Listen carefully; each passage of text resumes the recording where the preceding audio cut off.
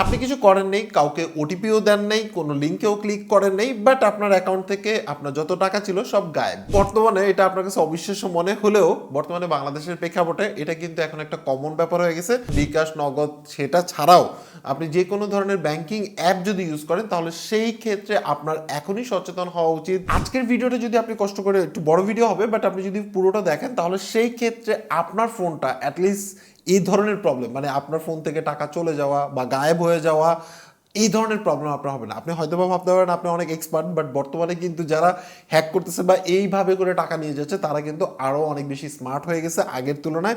এখন আর কিন্তু কল করবে না, কল ছাড়াই দেখা গেছে যে আপনার ফোন কিন্তু হ্যাক করে আপনার থেকে আগে যেরকম 5-10 হাজার টাকা নিতে এখন কিন্তু অনেক ক্ষেত্রে 5 লাখ, 4 লাখ, 2 লাখ, 3 লাখ এরকম কিন্তু পুরো ফুল অ্যাকাউন্ট থেকে টাকা গায়েব হয়ে যাচ্ছে শুধুমাত্র একটা অ্যাপ থেকে না। যেমন আগে ছিল যেমন বিকাশ টিকাশ এরকম ছিল, যে ব্যাংকে আপনি ইউজ করেন না কেন সেই ব্যাংকের অ্যাপ, একটা ব্যাংক হইতে না, 2টা ব্যাংক হইতে পারে, 3টা ব্যাংক হইতে পারে, এরকম হতে পারে।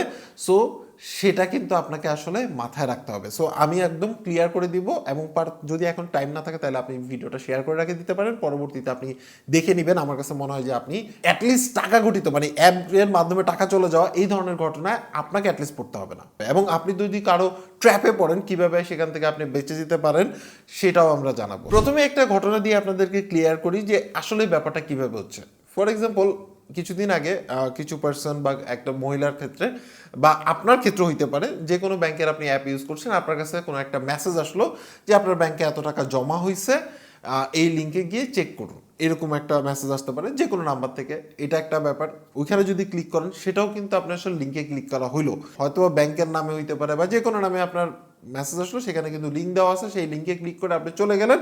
এতে কিন্তু আপনার ফোনে ম্যালওয়্যার ডাউনলোড হয়ে যেতে পারে। আপনি স্ক্রল করতেছেন, যে কোনো ক্ষেত্রে হইতে পারে, ধরেন হচ্ছে আপনি ফেসবুক দেখতেছেন বা আপনার অন্য কোনো মানে সাইট ব্রাউজ করতেছেন, গুগলে সার্চ করতেছেন, তখন আপনার কাছে এরকম মেসেজ আসতে পারে যে এখনই জিতে নিতে পারেন 500 টাকা, বা এটা ডাউনলোড করেন, আপনার ফোনটি হ্যাং হয়ে যাবে না করলে, বা আপনার হচ্ছে এত টাকা পাবেন, এটা না ওটা না, এরকম টাইপের আপনার অনেক ধরনের মেসেজ আসে। বিশেষ করে হচ্ছে যারা অ্যান্ড্রয়েড ইউজার আছেন তাদের ক্ষেত্রে এই ধরনের মেসেজের কিন্তু অভাব থাকে না, বা এই ধরনের অ্যাডের অভাব থাকে না। আপনি যখনই ওটাতে ক্লিক করবেন সাথে সাথে আপনার ফোনের মধ্যে আপনার অজান্তেই ডাউনলোড হয়ে যাবে হচ্ছে আপনার আননোন অ্যাপ বা স্পাইওয়্যার, যেটার মাধ্যমে আপনার ফোনের পুরো কন্ট্রোল কিন্তু আরেকজনের কাছে চলে যাবে। আরও একটা সিচুয়েশন বলি, ফর এক্সাম্পল আমরা মনে করি যে না আমরা তো কিছু করি নাই, কিন্তু আমাদের ফোন কিন্তু অনেক সময় দেখা যায় যে বাচ্চারা হাতে নেয়, গেমস টেমস খেলে। এই ক্ষেত্রে ম্যাক্সিমাম ক্ষেত্রে ফ্রি গেমগুলোর ক্ষেত্রে দেখবেন যে একটু পর পর অ্যাড আসে, ওই অ্যাডের মধ্যে ম্যাক্সিমাম বাচ্চারা দেখা যাবে যে বুঝে না বুঝে ক্লিক করে ফেলে। সেখান থেকে কিন্তু আপনার অলরেডি ম্যালওয়্যার চলে আসছে, সে না বুঝে ইনস্টল করে ফেলছে, আপনিও জানেন না, বা দেখা গেছে যে আপনার ফোনের স্ক্রিন মিররিং এর কোনো অ্যাপ ডাউনলোড হয়ে গেছে কিন্তু আপনি জানেন না। এছাড়াও দেখা গেছে আপনি ভুলবশত কোনো অ্যাপ ইনস্টল করে ফেলছেন। এখন হচ্ছে দুইটা হয়, হয় ম্যাক্সিমাম ক্ষেত্রে হয় ইনস্ট্যান্ট একটা প্রবলেম হলো, দেন আপনার টাকা চলে গেল। আরেকটা হয় হচ্ছে আপনার টাইম লাগে, মানে আপনার হচ্ছে এখন ইনস্ট্যান্ট হবে না, আপনার ফোনের মধ্যে ওই সফটওয়্যার ইনস্টল হয়ে গেছে কিন্তু আপনাকে সাথে সাথে আপনার অ্যাকাউন্ট থেকে টাকা নিয়ে যাবে না। সেক্ষেত্রে সে কী করবে, আপনার ফোনটাকে স্ক্রিন মিররিং করবে, মানে আপনি ফোনে যা যা করতেছেন সেগুলো সে দেখবে, দেখে দেখে আপনার কোন কোন অ্যাপ ইউজ করছেন সেই অ্যাপগুলো দেখবে, দেন হচ্ছে আপনি কোন কোন পাসওয়ার্ড মানে দিচ্ছেন সেগুলো কিন্তু সে প্রথমে দেখে নিতে পারবে। এবং মজার কথা হচ্ছে যে এইভাবে করে দেখে সে যেই কয়টা আপনার ব্যাংকিং অ্যাপ আছে সেগুলোর প্রত্যেকটাই কিন্তু চাইলে প্রত্যেকটা অ্যাকাউন্টই খালি করে ফেলতে পারবে। এখন কথা হচ্ছে কীভাবে, ফার্স্ট আসি হচ্ছিল ধরেন ইনস্ট্যান্ট কীভাবে কাজ করে। ইনস্ট্যান্ট হচ্ছে আপনার অ্যাপ ইনস্টল করলেন, সাথে সাথে আপনার ফোনটা হ্যাং হয়ে গেল, বা আপনার ফোনটাতে কোনো কিছু কাজ করতেছে না, স্ক্রিন ব্ল্যাক হয়ে গেছে, আবার মাঝে মাঝে চালু হচ্ছে, এরকম যদি প্রবলেম ফেস করেন তখন দেখা যায় যে তারা কী করে, এমনভাবে একটা মেসেজ আসে যে আপনার ফোনের মধ্যে মেসেজ আসলে সাথে সাথে যে আপনার অ্যাকাউন্ট থেকে 2 লাখ টাকা কেটে নিছে, বা 1,000, 1,500, 2,000 টাকা এরকম দেখায়। তো আপনি যখনই বলেন কি যে আমার অ্যাকাউন্ট থেকে যেহেতু টাকা কেটে নিছে আমি একটু চেক করে দেখি, এই টাইমে কি করে আপনার মধ্যে আপনি মনে করতেছেন যে আচ্ছা আমার ব্যাংকিং অ্যাপটা তো দেখি, আমি পাসওয়ার্ড দিয়ে ঢুকে দেখি যে আসলে অ্যাকাউন্টে কত টাকা আছে। সো যখনই আপনি পাসওয়ার্ড দিচ্ছেন সাথে সাথে কিন্তু ওই পার্সনের কাছে আপনার এই অ্যাপের পাসওয়ার্ডটা কিন্তু তার কাছে চলে যাচ্ছে, সে কিন্তু দেখতে পাচ্ছে যে আপনার কত কত টাকা, মানে আপনি কত কত পিনকোড দিচ্ছেন সেটা কিন্তু সে দেখতে পাচ্ছে। সো সে কি করতেছে, এই পিনটা প্রথমে আপনাকে হ্যাং করে দিয়ে আপনাকে কনফিউশনে ফেলাইলো, মেসেজ পাঠায়, দেন হচ্ছে আপনার কাছ থেকে পিন নেওয়ার জন্য, যেহেতু সেই পিন জানে না, পিন ছাড়া তো আর সে টাকাটা উইথড্র করতে পারছে না। তো এখন কি করবে সে, আপনি যখনই পিনকোড দিয়ে অ্যাকাউন্ট দেখতে যাবেন, দেখার পরে আপনি দেখলেন যে না আমার টাকা তো ঠিক আছে, এরপরে দেখলেন যে আপনার অ্যাকাউন্ট থেকে টাকাটা কেটে নিয়েছে। কেমনে কেটে নিয়েছে, সে আপনার পিনটা দেখার পরে সে কি করলো, আপনার ফোনটাকে হ্যাং করে দিল, করে ওই অ্যাপে আপনার ফোন থেকেই নট তার ফোন থেকে, আপনার ফোন থেকে ওই অ্যাপে লগ ইন করে, কারণ এখানে অনেক ভেরিফিকেশন আছে, বাট আপনার ফোন থেকে লগ ইন করার জন্য তো এত ভেরিফিকেশন লাগতেছে না।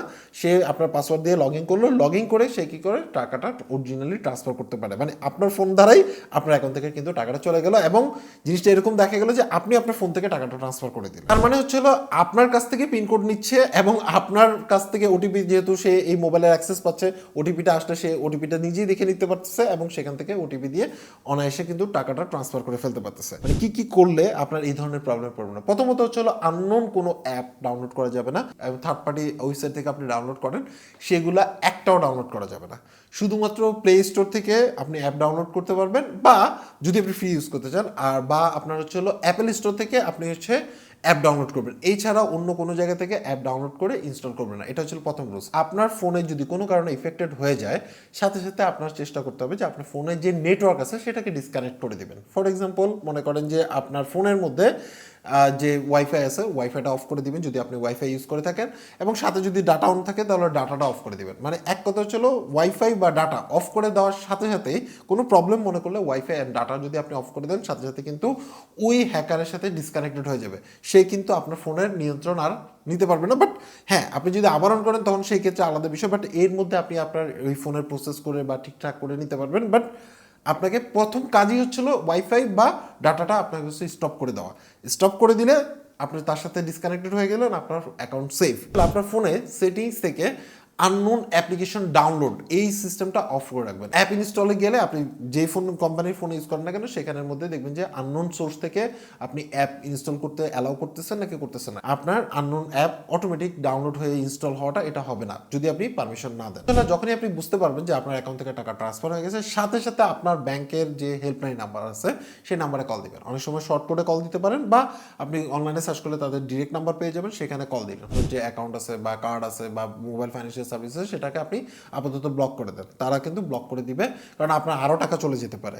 সো ব্লক করে দিলেন, দিয়ে তারপরে তাদের কাছে একটা কমপ্লেইন দেন, সেই কমপ্লেইনটা অনুসারে তারা আসলে কাজ করবে। তারা হয়তো বলবে যে আপনাকে আসলে জিডি করতে হবে বা থানায় জানাইতে হবে, সেই ক্ষেত্রে আপনি ট্রিপল লাইনে ফোন করে আপনি বাকি প্রসেস জেনে নিতে পারেন যে কিভাবে আসলে এরকম হ্যাক হলে কি করতে হয়। এভাবে করে আপনি আসলে কমপ্লেইন করতে পারেন। ম্যাক্সিমাম ক্ষেত্রে আমরা দেখছি যে অত বেশি সলিউশন এখন পর্যন্ত তেমন একটা সলিউশন পাওয়া যাচ্ছে না, বাট আমি হোপ, মানে আমি বিশ্বাস করি যে বাংলাদেশের সার্ভিসগুলো আরও বেটার হবে, কারণ এটা চাইলেই কিন্তু ট্র্যাক করা যায়। বিশেষ করে দেখেন, আপনি চিন্তা করে একটা ব্যাংক অ্যাকাউন্ট খোলা কিন্তু এখন বর্তমানে অনেক টাফ। আপনি ব্যাংক অ্যাকাউন্ট খোলার জন্য বিভিন্ন ডকুমেন্টস লাগে, টিন আইডি, হ্যান ত্যান আবিজাবি অনেক কিছু লাগে। সো সেই ক্ষেত্রে আপনার অ্যাকাউন্টটা কিন্তু ব্যাংক অ্যাকাউন্ট থেকে আরেকটা ব্যাংক অ্যাকাউন্টে ট্রান্সফার হয়েছে। সো এই অ্যাকাউন্টটা কোনো না কোনো ব্যাংকে ট্রান্সফার হলো, সেই অ্যাকাউন্ট থেকে অন্য কোনো ব্যাংকে ট্রান্সফার হইতে পারে, উইথড্র হইতে পারে। উইথড্র হলে আপনার এটিএম বুথে ফেস দেখা যাবে, ব্যাংক থেকে যদি উইথড্র করে সেটাতে ফেস দেখা যাবে, বা যে অ্যাকাউন্টে ট্রান্সফার হয়েছে ওই অ্যাকাউন্টটা আসলে কার সেটা বের করা পসিবল, একদম ইজি প্রসেস, চাইলেই পসিবল যদি চায় আর কি।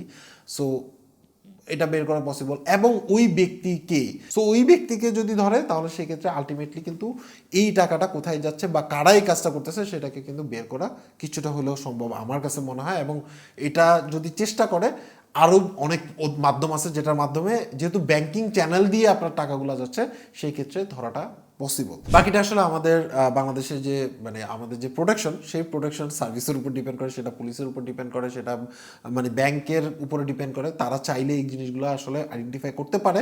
আমার কাছে মনে হয় যদি চেষ্টা করে তাহলে সেক্ষেত্রে এটা কোনো ব্যাপার না, কারণ একটা ব্যাংক অ্যাকাউন্ট খোলা এবং সেখান থেকে টাকা ট্রান্সফার হয়ে আরেকজন থেকে আরেকজন, আরেকজন থেকে আরেকজন, এইভাবে কিন্তু ধরাটা পসিবল।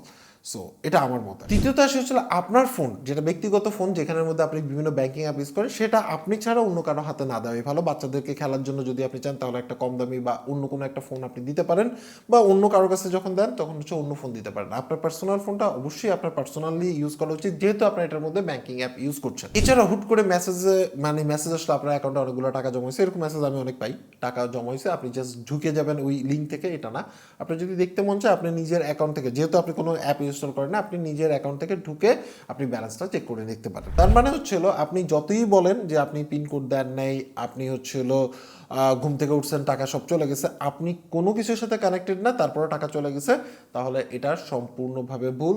আপনার পারমিশন ছাড়া এবং আপনার অথেন্টিকেশন ছাড়া, সেটা আপনার ভুলবশত হোক, আপনার ইচ্ছাকৃত হোক, অনিচ্ছাকৃত হোক, বা আপনার বাচ্চার মাধ্যমে হোক, বা যে কোনো মাধ্যমে হোক না কেন, আপনার ফোনের এন্ট্রি ছাড়া এবং আপনার কাছ থেকে ইনফরমেশন ছাড়া কোনোভাবেই আপনার অ্যাকাউন্ট থেকে আরেক অ্যাকাউন্টে টাকা পাঠানো পসিবল না, কোনোভাবেই পসিবল না। আপনি যতই বলেন না কেন, কোনো না কোনো আপনি ভুল করছেন যেটার কারণে আপনার অ্যাকাউন্ট থেকে টাকাটা ট্রান্সফার হয়ে গেছে। কোনো কারণে যদি আপনার অ্যাকাউন্ট থেকে টাকাগুলো নিয়ে যায়, তাহলে সেই ক্ষেত্রে আপনার সেটা হতে পারে চটকদার বিজ্ঞাপন হতে পারে, বা আপনার হচ্ছে হলো বিশেষ করে হচ্ছে জুয়াটা বেশি চলে এখন। এই জুয়ার কারণে বেশিরভাগ মানুষ ধরা খায়।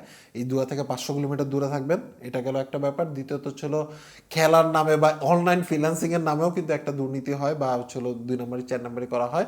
এগুলা ক্রিপ্টোকারেন্সির নামেও কিন্তু আপনার হচ্ছে 2 নম্বরই 4 নম্বরই করা হয়। এগুলা মানে মোবাইলে বসে আপনি লাখ লাখ টাকা ইনকাম করেন ভাই, এগুলো পুরো একটা ভুয়া কথাবার্তা। ম্যাক্সিমাম ক্ষেত্রে আপনার কোনো মানে কোনো ইনফরমেশন বা কোনো নলেজ না থাকলে আপনি আসলে মানে ইনকাম করতে পারবেন না। সো এগুলো বাদ দেন।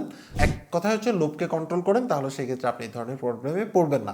আর আপনার সাথে এরকম কোনো প্রবলেম হয়েছে কিনা সেটা অবশ্যই কমেন্টস করে জানাবেন। আর পারতপক্ষে ভিডিওটি শেয়ার করবেন, কারণ এখন বর্তমানে এসে, আগে তো মনে করেন 5,000 2,000 3,000 মানে আপনার ট্রান্সফার হতে, এখন দেখি যে 5 লাখ টাকাও অনেকে ট্রান্সফার হচ্ছে, এনপিএসবির মাধ্যমে ট্রান্সফার করে দিচ্ছে। সো এই ধরনের প্রবলেম কিন্তু হচ্ছে।